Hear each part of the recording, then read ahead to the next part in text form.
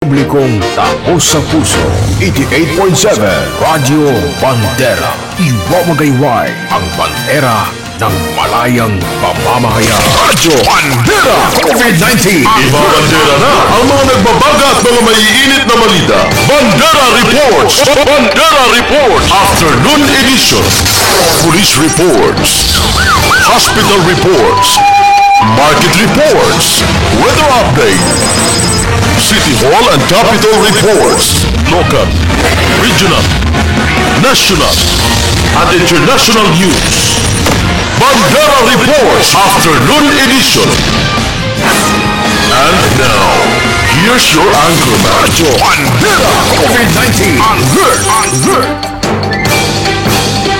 Radyo Bandera COVID-19. Alert! Alert!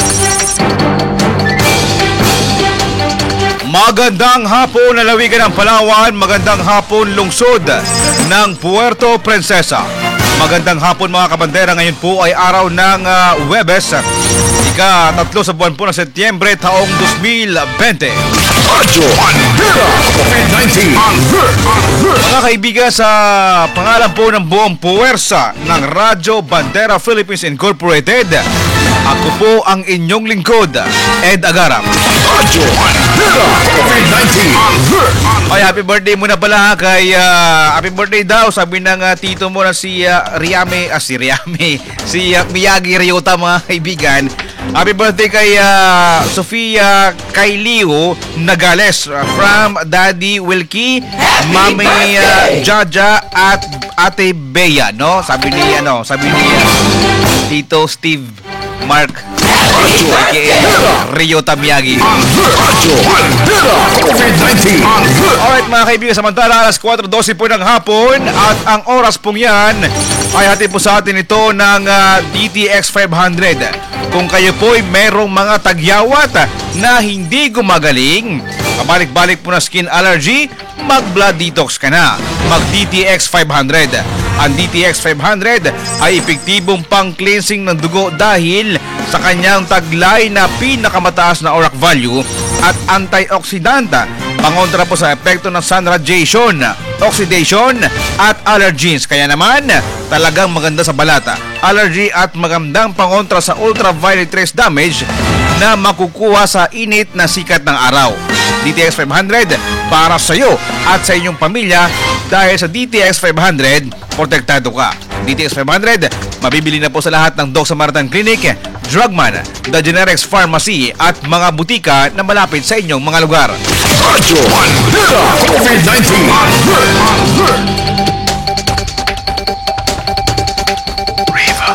Samantala mga kabandera, alas 4:13 po ng hapon at sa pagkakataong ito, punta naman kagad natin yung ating mga live reports. Bandera Live Report. Radyo Bandera COVID-19. Unahin po natin yung pong bayan po ng Nara, kung saan yung iligal na kahoy nasa bata ng Bantay Palawan at PNP Nara. Sa detalye po ng balitang yan, Kabanderang Spark Sase, ibandera mo. Radyo Bandera COVID-19. Magandang hapon, Kabanderang Ed. Isang truck na kargado ng mga chinesong kahoy apitong ang nasabat ng Pinpinara. Katuwang dito ang Bantay Palawan sa may bahagi ng Estrella Avenue, Quezon Boulevard, Barangay Poblasyon, Nara, Palawan, pasado alas 2 ng hapon, Kamakalawa. Ayon sa Blatter Nara PNP, isang informante ang tumawag sa kanilang tanggapan na ito'y may kaugnayan sa iligal na gawain. Agad tinungo ng grupo ang lugar kung saan huli sa aktong nagkakarga sa isang truck ang nasa mahigit 30 pirasong mga good lumber apitong na tinatayang aabot ng humigit kumulang 400 board feet na may estimated market value na mahigit 17,000 pesos. Suspect naman dito ang sinasabing may-ari ng kahoy na isang Rosana Chavez Castillo, 44 anyos, residente ng Zone 1, Barangay Princess Orduha, Nara. Nasama ang driver nitong si Liebe Diaz Isuna, 43 anyos, residente ng Barangay Bato-Bato, at isa pang certain Leonardo Tanaya na sinasabing nag-utos para ibiyahe ang naturang mga kahoy. Nang hanapan ng kaukulang dokumento ang nasabing mga kahoy, walang may pakita ang mga suspek, kaya tuloy itong kinumpiska ng mga otoridad. Kaugnay niyan, posible namang maharap ang mga ito sa kasong paglabag sa Presidential Decree 705 o illegal logging. Yan ang report mula dito sa Radyo Bandera Nara. Spark Sasi para sa pinakarespetado sa News in Current Affairs. Bandera News Philippines. Radyo Bandera COVID-19 Alert. Maraming salamat Kabanderang Spark Sase mula po dyan sa Radyo Bandera Nara. Radyo Bandera COVID-19 Nakita ko si Mark, nagkamali ako Samantala mga kabandera, alas 4:16 po ng hapon. At sa iba pa mga balita, yung pong puntahan natin, ito pong bayan ng Rojas kung saan 13 vehicular accident na itala ng MDRRMO Rojas sa buwan lang ng Agosto. Sa detalye po ng balitang yan, Kabanderan Japet Tisaka, ibandera mo. Radyo Bandera COVID-19 Alert. Magandang hapon na Kabanderang Ed, nakapagtala ng 13 vehicular accident sa bayan ng Rojas ang Municipal Disaster Risk Reduction and Management Office o MDRRMO. Ito ay base sa kanilang naging datos sa buong buwan ng Agosto ngayong taon na. Ayon kay MDRRMO Head Abon Dio Banzon, base sa kanilang naitatala ay nanguna pa rin ang mga nakamotor sa mga madalas na aksidente at isa sa mga dahilan nito ay ang pagmamaneho ng nasa influensya ng alak. Mababatid na nito lamang August 29 na magkasunod ng motorsiklo ang aksidente matapos ibangga sa nakaparada at nasira ang truck sa Barangay Nuguyo kung saan isang patay at isa naman ang sa pagamutan na lumalabas din sa investigasyon ng mga otoridad sa influensya ng alak ang mga ito habang nagmamaneho. Samantala, muling paalala naman sa mga motorista na madalas uminom na kapag may tama na at huwag nang magmaneho pa. Yun yung report mula dito sa munisipyo ng Rojas, Japet Tisaka para sa pinakarespetado sa News in Current Affairs, Bandera News Philippines. Radyo Bandera COVID-19 Alert. Bandera Live Report. Maraming salamat Kabanderan Japet Tisaka mula po dyan sa Radyo Bandera Rojas. Samantala mga kaibigan, galing po ng Rojas, puntahan naman po kagad natin yung pong bayan ng Quezon kung saan yung pong voters registration sa bayan po ng Quezon nagpapatuloy. Mga residente patuloy ang pagpaparehistro. Sa detalye naman ng balitang yan, Kabanderang Kaiser Gomez, ibandera mo. Radyo Bandera COVID-19 Alert. Magandang hapon, Kabanderang Ed. Magandang hapon sa lahat ng ating mga kababayan sa buong lalawigan ng Palawan. Nakapagtala na ang Commission on Election Quezon ng nasa pulang-pulang 20 ng bagong botante sa munisipyo sa nagpapatuloy na voters registration para sa darating na election 2022. Base sa datos na binahagi ng COMELEC, unang araw ng pagpaparehistro nakapagtala lamang sila ng 5 bilang, 9 kahapon at kanina ay nasa 5 lamang ang nagparehistro. Isa sa tinitignan dahilan kaya kakaunti pa lamang ang mga botanteng nagpaparehistro marahil umano iba rito ay hindi pa batid ang muling pagbubukas ng registration. Kaya inaasahan ng nasabing tanggapan na sa mga susunod na linggo ay dadagsa maraming bilang ng magpaparehistrong botante. Yan yung report mula rito sa Radyo Bandera Quezon. Kaiser Gomez para sa pinakarespetado sa News and Current Affairs, Bandera News Philippines. Radyo Bandera COVID-19 Alert. Maraming salamat Kabanderang Kaiser Gomez mula po dyan sa Radyo Bandera Quezon. Radyo Bandera COVID-19 Alert. Samantala, alas 4:19 ng hapon, mga kaibigan, galing po ng Quezon. Puntahan naman po natin yun pong bayan ng Coron, Kabanderang Dong Abuan. Yun pong segment or segmental lockdown isinagawa sa Barangay Poblacion 1 sa bayan ng Coron. Alamin natin kung bakit sa report ni Kabanderang Glo Arguelles. Kabanderang Glo, ibandera mo. Radyo Bandera COVID-19 Alert. Yan, sa mainit na hapon, Kabanderang Ed, kasalukuyang nasa segmental lockdown ngayon ang 17 households sakop ng Barangay Poblacion 1, Coron, Palawan. Ayon kay Kapitan Fred Lendez ng Barangay Poblacion 1, 5 bahay sa komisarya, 11 sa likod ng Circle J at isang nakahiwalay na bahay ang kanilang inilockdown at hindi buong barangay. Layon nito na mas mabilis na maisagawa ang primary at secondary contact na huling nakasalamuhan ng dalawang pinakahuling nag-positive sa swab test na isang lolang 68 years old na nasa maayos na ring kalagayan ngayon at asymptomatic at isang 25 years old na buntis na may sakit ng asthma at naka-confine sa Puliang Sanitarium General Hospital. Isinailalim na sa swab test ang mga nakatira sa 17 bahay at mahigpit ang health protocol na ipinapatupad sa kanila. Idinagdag pa ni Kapitan Lindes na nagbigay na ng food supply ang barangay at ang LGU sa mga residente ng apektadong pamilya at isinagawa na din ang swab test sa mga ito. Hiniling din ito sa kanyang mga kabarangay na maging maingat sa pagpapalabas ng anumang impormasyon upang maiwasan magpanik ang kanilang mga kabarangay. Mula dito sa bayan ng Coron, Glover Navarre Gualias para sa pinakarespetado sa news and current affairs, Bandera News, Philippines. Radyo Bandera COVID-19 on Root. Alright, maraming salamat Kabandera Glo Arguelles mula po dyan sa Radyo Bandera Coron. Radyo Bandera COVID-19 on Root. Medyo ano lang po ito ha, yung lockdown lang po, yung 17 bahay lang. Hindi po kasama o kasama doon sa lockdown yung buong barangay ha. Para naman po, malinawan lang po yung ating mga kababayan dyan po sa bayan po ng Coron. Radyo Bandera COVID-19. Samantala mga kabandera, alas 4:21 po ng hapon, galing ng Coron Kabanderang Dong. Punta muna natin yung pong report ng o yung update dyan po sa bayan po ng Brooks Point sa barangay Aribungos. Andyan po si Kabanderang Lore Desa. Kabanderang Lori, magandang hapon. Ano na yung sitwasyon dyan sa barangay Aribungos ngayon? Kabanderang Ed, magandang hapon. Barangay, ito siya, barangay Mainit, hindi barangay Aribungos. Barangay Mainit. Kabanderang Ed. So ngayon, kasalukuyan nandito pa rin kami ngayon sa area na kung saan inaantay namin yung bangkay. Na ibaba ayon sa mga ilang mga personnel dito ng Philippine Marines ay kasalukuyang lumalakad pa para ibaba dahil napakalayo yun, Kabanderang Ed.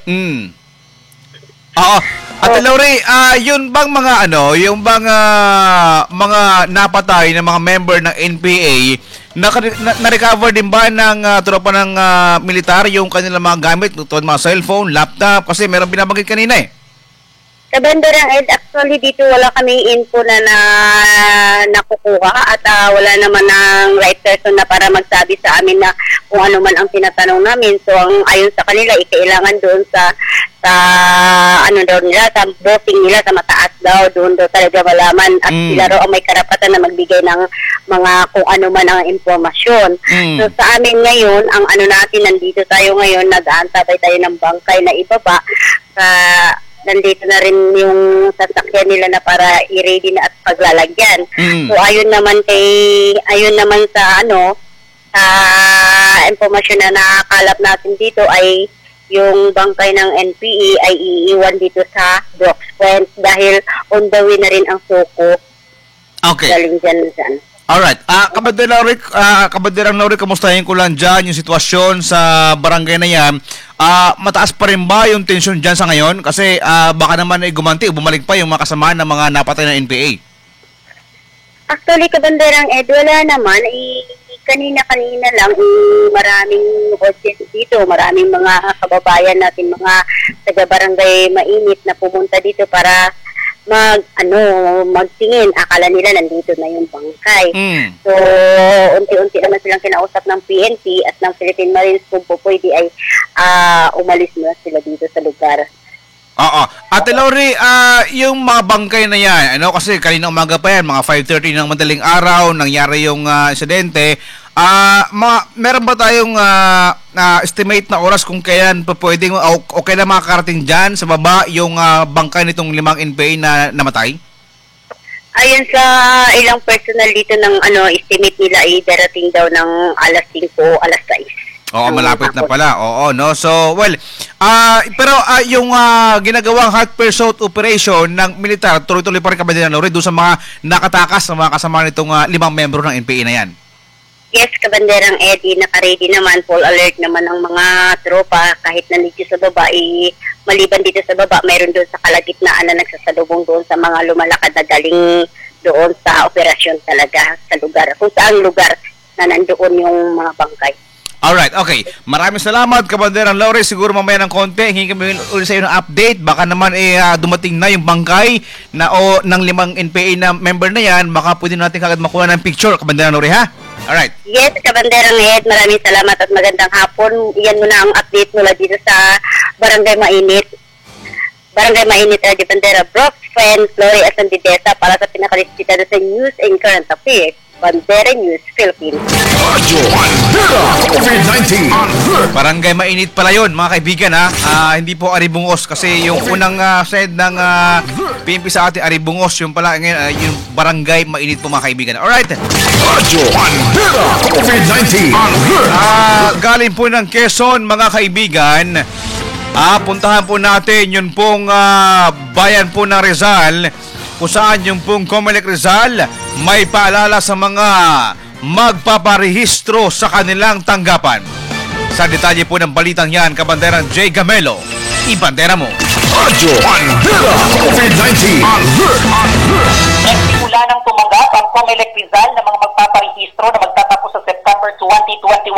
Ayon kay Yunila Hardinero, Election Assistant 2, naging maayos at manageable naman ang unang araw o ang mga unang araw ng pagpaparegister. Nagbigay din ng paalala si Hardinero sa mga pupunta upang magparehistro. Anya, importante ang pagsusuot ng face mask, face shield at magdala ng sariling ballpen. Importante ring mapanatili ang 1 metrong layo sa katabi. Ang registration hour ay magsisimula ng alas 8 hanggang alas 3 ng hapon at 20 katao lamang araw-araw ang pwedeng i-accommodate ng kanilang tanggapan.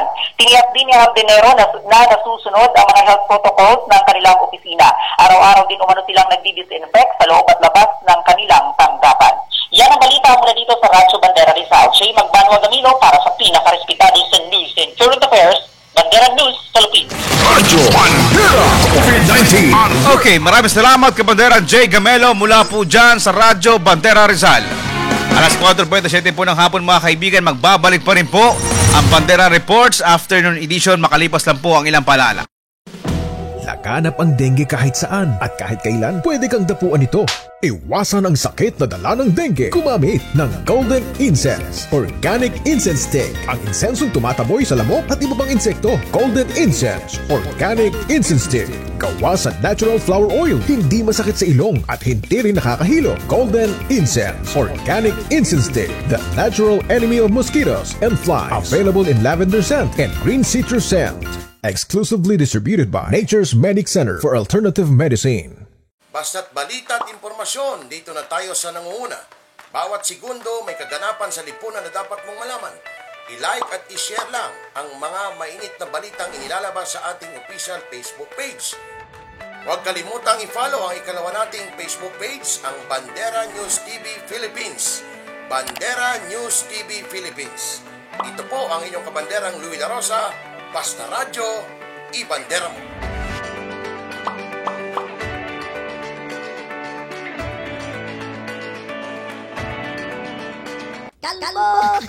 Kalbo! Kinukutya ka ba? O kinakansawan dahil kalbo ka? May solusyon na sa iyong problema. Alkalife Hair Grower. Produkto ng Nature's Medic. Alkalife Hair Grower. Sprayhan lamang ang bahagi ng iyong ulo na kalbo pagkatapos maligo sa umaga. I-massage mo ng 2 hanggang 3 minuto at hayaan lamang huwag banlawan. 3 linggo hanggang 1 buwan. Siguradong may tutubo ng buhok. Hindi ka natatawaging kalbo. Alkalife Hair Grower. Ang original Alkalife Hair Grower ay mabibili lamang sa lahat ng outlet ng Nature's Medic. Mag-ingat sa imitasyon. Alkalife Hair Grower.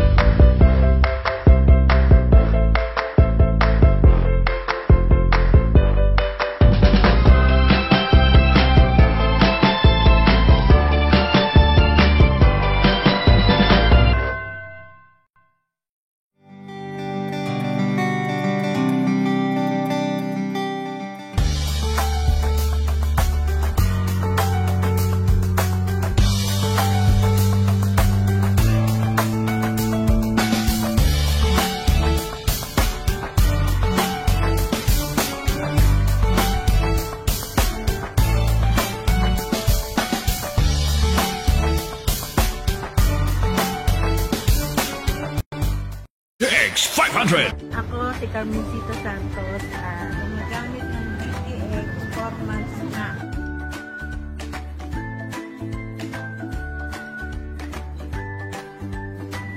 Ang na-observe ko, kuminis yung aming kutis.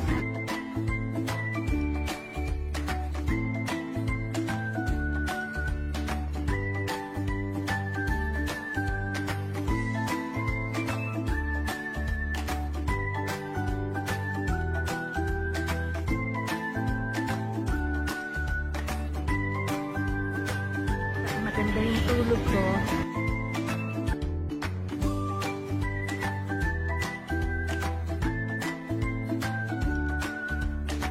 At saka yung bowel movement, maging okay.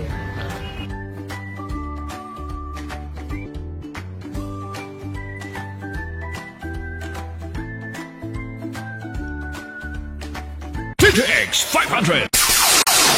TTX 500. Grabe akong chest pain. Sakit mo dagan sa akong left arm and then sa likod na. So ni-try gyud ko sa DTX 500 last month. Wala na akong chest pain. Take it mo sa DTX. Kay super gid siya ka-effective. Oh, ako di man ko mupati anang herbal, karon mupati nako kay it happens to myself. TTX 500.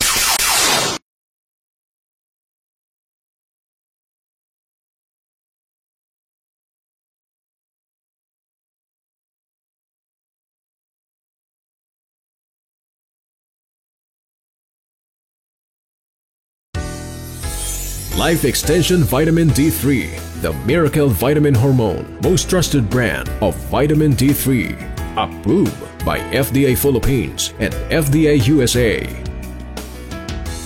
Life Extension Vitamin D3, recommended by medical experts, health scientists in the USA, and recommended by medical doctors in the Philippines. Life Extension Vitamin D3, the most credible vitamin hormone for longer life. And for stroke, cancer, diabetes, heart disease, arthritis, insomnia, hypertension, joint pain, migraine, immune system booster, and calcium balance. Life Extension Vitamin D3 for longer life. For free medical consultation, visit any branch of Life Extension Clinic near you. Stay healthy, live better. Problemang pangkalusugan.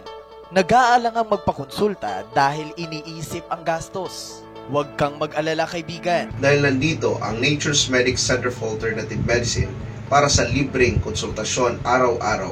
Hatid po sa inyo ng Doc Natural Naturopathic and Wellness Clinic. Bukas ang Nature's Medic Clinic at Doc Natural Naturopathic and Wellness Clinic para sa inyong mga katanungang pangmedikal.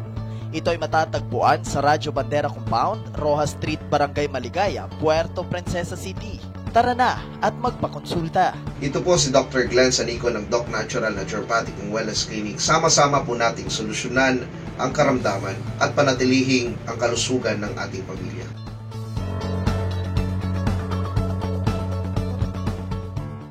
Basta balita at impormasyon. Dito na tayo sa nangunguna. Bawat segundo, may kaganapan sa lipunan na dapat niyong malaman. I-like at i-share lamang ang mga may init na balitang inilalabas sa ating official Facebook page. Huwag kalimutan, i-follow ang ikalawa nating Facebook page, Bandera News TV.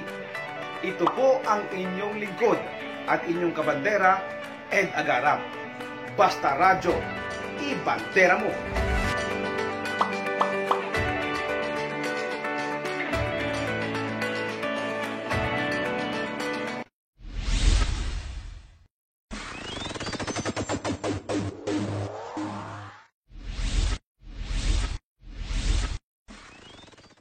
Han, you're my one and only. Kung doble, mas okay.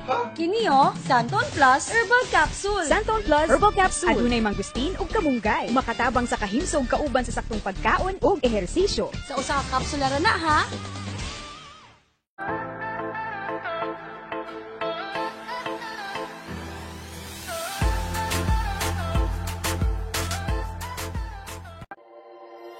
Noon pa man, subok na ang galing ng honey dahil sa napakaraming pwedeng paggamitan nito. Ang antioxidant properties nito at mga bitaminang kinakailangan ng ating katawan ay iilan lamang sa mga benepisyong makukuha natin mula sa honey. Kaya't subukan ang natural at purong honey. Ito, ang Linga Pure Honey. Siniguradong puro upang makapagbigay din ng purong benepisyo sa atin. Sa bawat pagbili natin ng Linga Pure Honey, makakatulong tayo sa mga katutubong Batak at Tagbanwa na ang tanging hanap buhay ay ang pangunguhan ng pulot sa Barangay Napsan, Barangay Tagabinit at Barangay Concepcion sa Puerto Princesa para siguradong natural at puro.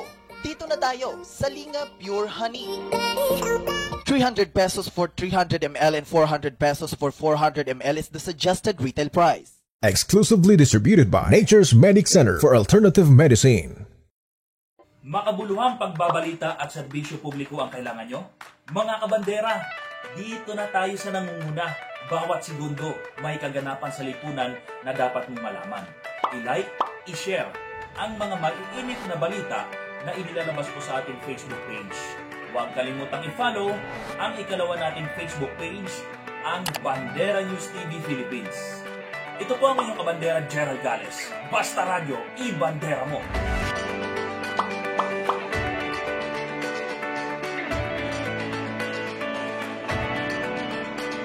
Balita ba at mainit na usapin ang hanap nyo? Mga kabandera, dito na tayo sa laging nangunguna. Bawat segundo, laging may kaganapan sa lipunan na dapat mong malaman. I-like at i-share lang ang mga mainit na balitang inilalabas ng ating mga official Facebook page.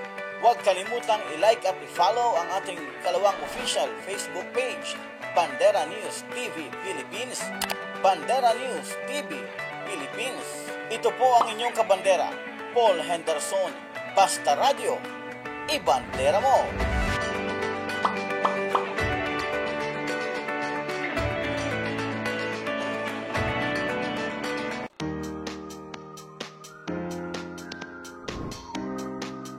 Moreta Shipping Lines Incorporated is a premier domestic cargo shipping company in the Philippines.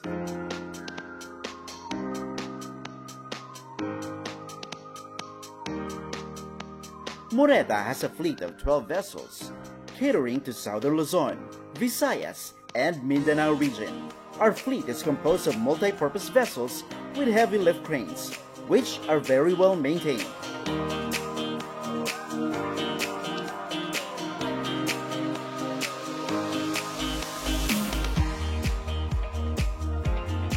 With a reliable fleet, we are able to offer fixed sailing days, direct to Palawan. Now sailing 3 times a week to Palawan.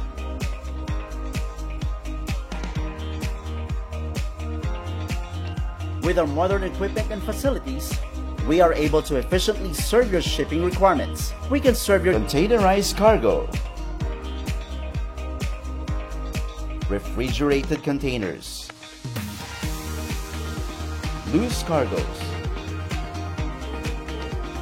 heavy lift cargoes,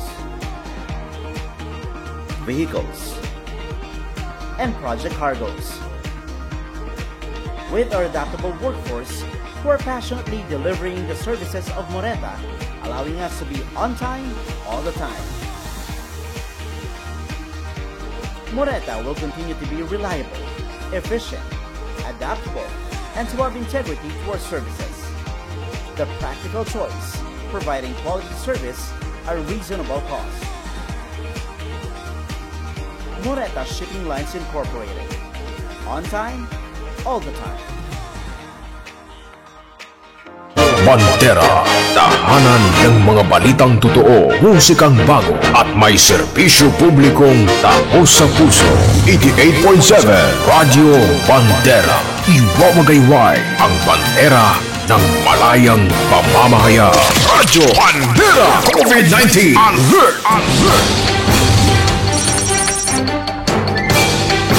Alright mga kabandera, balik po tayo. Alas 4:39 na po ng hapon. Radyo Bandera COVID-19 Alert! Mga kaibigan, dyan po sa bayan po ng Coron, sa Poblasyon 1, ha?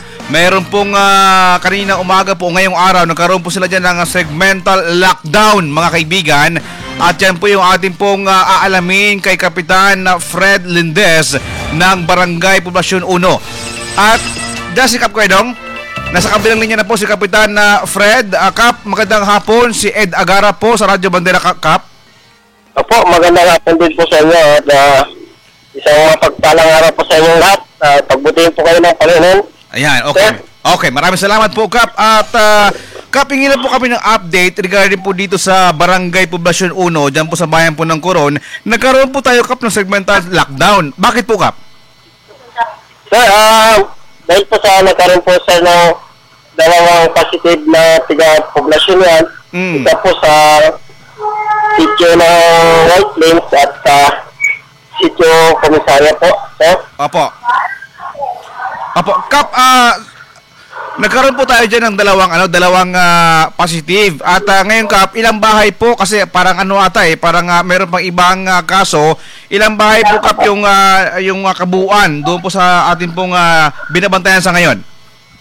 Apo sir, dito po sa komisarya po ay nasa 18 families po. 18 families po. Opo. Sa isang Kap, sa isang sitio? Sa isang sitio po ay isang bahay lang po sa White Plains po, sir. Apo. Isang bahay lang. Dalawang kwan po, sir, segmental isolation lang po ang poblasyon. Okay. Segmental po. Segmental isolation lang po, hindi po siya lockdown, Kap. Opo. Kasi po ay nagkaroon po ng positive before yung pag-rapid test dito sa Coron ng hospital, nag-negative siya. After ng swab test po doon sa Culion hospital ay naging positive po, sir. Opo. Kap, Fred, meron bang travel history yan pong mga nag-positive po sa ating pong swab test? Opo. May may dati na po siyang history na epilepsy po. Okay, epilepsy. Epilepsy yung isa po. Pero yung isa, wala naman po, bali, nag-positive lang po siya. So, sa swab test po. Opo, Kap, pero kumusta naman po yung kanila pong mga nararamdaman sa ngayon, Kap? Ayun, sir, sa informasyon namin dito sa kapatid ng volunteers namin dito sa poblasyon na yan, yung ating niya po ay nasa maganda namang kondisyon po ngayon at minumonitor naman po ng napakagandang hospital ng Culion po. Okay. So, ngayon, Kap, ilan po sa lahat yung kaso po dyan sa inyo pong barangay at ilan po, Kap, yung pinakamatandang edad at yung pinakabata? Yung isa po, isang positive po ay nasa 68 yung isa po, yung sa White Plains po. Yung dito po sa komisarya po ay 28 years old po. 28 years old, tsaka yung isa po 68. Yung 68 pa, Kap, yung merong history ng epilepsy? O yung itong isa? Yung 25 po, sir, yung 25 po. Yung 25. So, kamusta naman, Kap, ito pong mga pamilya na napasama po doon sa segmental isolation, Kap? Opo, sir, sa ngayon po ay sila po ay nilagyan po namin ng cordon at sila po ay binabantayan po ng panod at ng Philippine Coast Guard sa gabi po para hindi po mapasukan o lumabas ng bahay para hindi na po kumalat ng marami. At binibigyan naman po sila ng napakagandang ayuda ng LGU ng Coron at kami po ang barangay ay nagbigay din na rin po ng kanilang pagkain sa gagamitin ng kanilang pamilya, sir. Yun, okay. Kasi nga po, pag sinabing segmental lockdown, Kap, ibig sabihin po niyan, bawal lumabas ng bahay, walang papasok at provided po ng LGU at ng barangay po yung mga pangailangan o mga needs nito pong 18 pamilya na yan, Kap. Yes po, sir. Ginagawan po namin ng magandang ayuda para hindi naman sila ibig sabihin mayroon naman silang maluto o maulam sa kanilang pagkain. Okay. So, nagsimula po ngayong araw yung Kap, yung segmental lockdown na yan at hanggang kailan po ito magtatagal, Kap? Base po doon sa ating local IATF. Ay, sir, ang kwan po ay kahapon pa po ng tanghali po. Kahapon. Nag-umpisa. Opo. Meron bang deadline, Kap, o initial date kung kailan po malilift yung pong parang kasi yan, Kap, di ba, yung sa kanilang isolation? Opo. Ay sir, ang binigay ng IATF na 14 days po from kahapon simula 14 days po. So matatapos po siya ng 14 days po. Basta po Kap, after 14 days ay obserbahan pa rin sila kung magiging okay, pwede na pong malift yung segmental lockdown o yung segmental isolation para po sa 18 pamilya na yan, Kap. Yes, sir. Pinapag-pray rin namin sana po, sir. Wag na po dumagdag dahil napakahirap na po. Talagang medyo kaya laban na lang kami ng laban dito. Oo nga eh. sa panahon na ito. Oo nga, Kap, talagang talagang naiintindihan po natin, hirap na talaga yung lalong-lalo na sa atin sa barangay level, maliit na naman yung ating pondo at wala tayong sapat na kakayanan para tustusan yung mga pangangailangan ng pamilya ng mga 18 pamilya na yan, Kap. Opo nga po, yun nga sir, yung nangyari namin kasi nga barangay talaga ang pinuputukan pag once na hindi po sumunod, kakasuhan kami mga barangay officials. Naawa na rin po kami sa mga tanod dahil nga incentive lang natatanggap, napakaliit po. Pero pansamantala nagbibigay naman po kami ng insentibo pero hindi naman talaga sa sapat doon sa mga i-duty nila. Tulong-tulong na lang po. Oo, at saka meron naman sila kahit paano mga hazard pay na binibigay po yung barangay at yung ating pong LGU. Opo, yung LGU at saka barangay po at kasama na rin po yung mga volunteers namin ng mga frontliners na mga babae. Oo. Yung mga birth po namin na tumutulong po sa thermal ng kanilang mga kakalagayan kung sila ba yung may lagnat o wala. Oo nga, okay. So, ngayon, Kap, kamusta naman, Kap, yung naging reaksyon ng inyo pong mga kabarangay dyan sa inyo pong barangay? Sila ba'y nagpanik o okay naman sa ngayon? Yung bali sa kahapon, medyo napakahirap ipaliwanag sa kanila. Napakahirap ipaliwanag sa kanila dahil nga ang pagkaintindi nila ay totally lockdown. So, napakahirap po.